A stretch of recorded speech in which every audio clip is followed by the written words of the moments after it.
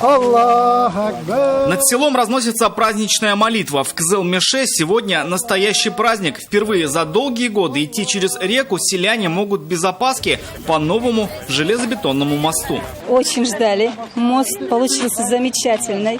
Просто на высшем уровне, можно сказать. Их радость можно понять. Мост имеет особое значение для жителей сразу нескольких деревень. Теперь легко можно добраться до магазинов и ФАПа. Порой даже боялись проезжать по машине, не случится ли что-нибудь, думали. Прежний мост был построен больше 40 лет назад. С годами конструкция ветшала настолько, что не помогал даже ремонт. Каждый год надо было ремонтировать, что в форме держать в безопасности. И год назад здесь начали большую стройку. Новый мост по республиканской программе строительства дорог. Сложность была в том, что вот этот мост, он вписан на вираже.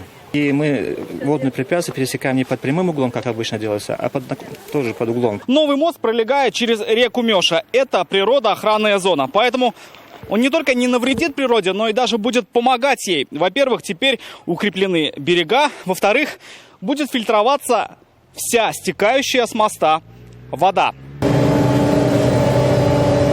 А в Сабах строится новая дорога. По ней можно будет доехать до Сатышева. Прежняя была почти разрушена. Эта дорога сдана в эксплуатацию в 90-е годы.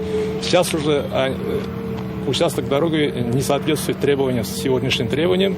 Видимости не было. Сначала это старую дородежду сняли, там асфальт, щебеночное основание было. Сейчас я уже срезаем землю. Где надо срезать, срезаем, а где это необходимо уже насыпь, там насыпь делаем. Дорогу строят по президентской программе капремонта. В этом году она затронет почти 300 километров путей. В Сабах уйдет год, чтобы сдать дорогу под ключ. Но первые машины, говорят дорожники, запустят уже в октябре. Рамиль Шайдуль, Надель Миндубаев, ТНВ, Сабинский район. Все новости дня в выпуске программы «Новости Татарстана» на YouTube-канале ТНВ. Подписывайтесь.